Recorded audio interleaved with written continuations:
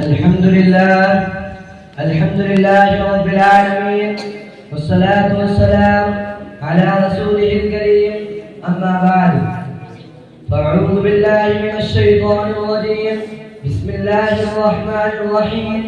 وتلك الأيام نداولها بين الناس. صدق الله العظيم. زمینیں چمن گل کھلاتی ہے کیا کیا، زمینیں چمن گل کھلاتی ہے کیا کیا، بدلتا ہے رنگ آسماں کیسے کیسے.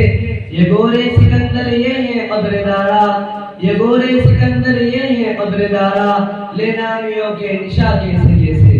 صدر محترم، حاضرین اجلاس و سامعین کرام، آج کے اس محفل میں، اس مبارک وقت میں آپ حضرات کے سامنے قوموں کے عروج و زوال کی حقیقت اور دنیا کی ترقی و تنزلی کے نقشے کا ایک ہلکا سا خاکہ پیش کرنا چاہتا ہوں.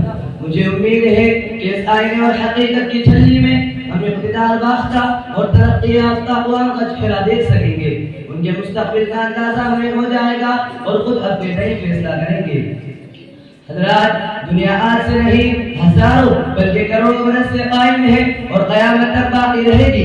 اس مدت میں نہ معلوم کتنی قومیں روئے زمین پر نمودار ہوئی، کتنی قوموں نے اس دنیا کے اسٹیج پر کرشمہ سازی کی، اپنے کرتب دکھلائے، تماشا کیا، جلد مسجد فنا ہو گئی. کتنی ہی قوموں نے اس قدر ترقی کی، دنیا کو معلوم ہونے لگا کہ ان کی ترقی لازوال ہے. یہ قوم فنا نہیں ہو سکتی، اس کی حکومت ختم نہیں ہو سکتی. لیکن جب حقیقی طاقت رکھنے والے فرمانروان نے ان کی قسمت کا فیصلہ کیا تو ایسی گری کہ دنیا ان کے نام سے بھی واقف نہیں رہی، ان کے نقوش بھی باقی نہیں رہے جن پر ان کو ناز تھا.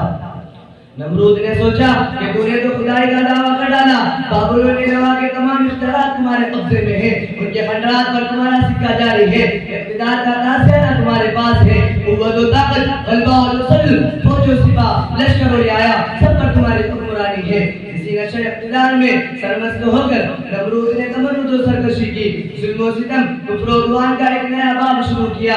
غریبوں کے خون سے نشاط کا ساغر احمدی تیار ہونے لگا. یہ آیا کہ جھوپڑیاں اچھال کر راہی میں انصراف تعمیر ہونے لگے اور اس نے سوچا کہ اب میرے اقتدار کو کوئی خطرہ نہیں، قوت و طاقت میرے اپنا غلام ہے. لیکن جب فیصلہ خداوندی ہوا اور وہ ایک تولوا یستبدل قوما غیرکم کا اصول سامنے آیا تو نمرود اتنا بے حقیقت ہو کر مرا. شیخ فرید الدین اطہر نے فرمایا کہ اللہ تعالیٰ نے اس پر ایک مچھر مسلط کیا، اس ایک مچھر نے اس کا کام کر ڈالا، فنا کے گھاٹ اتار دیا اور اس کی حکومت کے نقوش بھی باقی نہیں رہے. فرعون نے سر ابھارا، فرعون نے تو طاغوتیت کے نتیجے میں حق سے ٹکر لڑی، خدا سے پنجہ آزمائش شروع کی، انا ربکم الاعلی کا دعویٰ کیا. اسی عجب و غرور کے نتیجے اور اقتدار و طاقت کے نشے میں بنی اسرائیل کے ساتھ ناروا سلوک کرنا شروع کیا. انہیں طرح طرح سے ستایا جانے لگا، پیدا ہوتے ہی ان کے نریلا بچوں کا قتل عام ہونے لگا. حمدہ کے آغوش سے ان کے جگر پاروں کو چھین کر انہی کے سامنے خنجر و تلوار کی نوک پر ہوا میں اچھالا جاتا اور دو ٹکڑے کر کے ان کے آغوش میں دے دیا جاتا.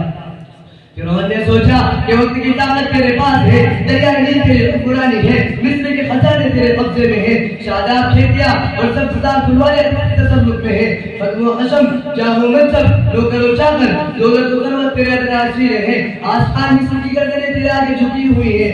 لیکن جب دوست کی بھی باری آئی، خدا کے حکم سے ضرب عصائے موسیٰ نے اس کا کام کر ڈالا تو بحر قلزم میں اس طرح غرقاب ہوا کہ اسے کوئی رونے والا بھی میسر نہ ہوا. تاج و تخت سے دور، حکومت و سلطنت سے الگ، اپنے عائشہ و اقتدار سے پھٹا، بے حقیقت ہو کر ختم ہوا کہ اپنی حکمرانی میں کسی کو اپنی بے بسی کی داستان بھی سنا نہ سکا اور آن کے آن میں اس کے اقتدار کا شاخسانہ ٹوٹ پھوٹ کر خاک میں مل گیا.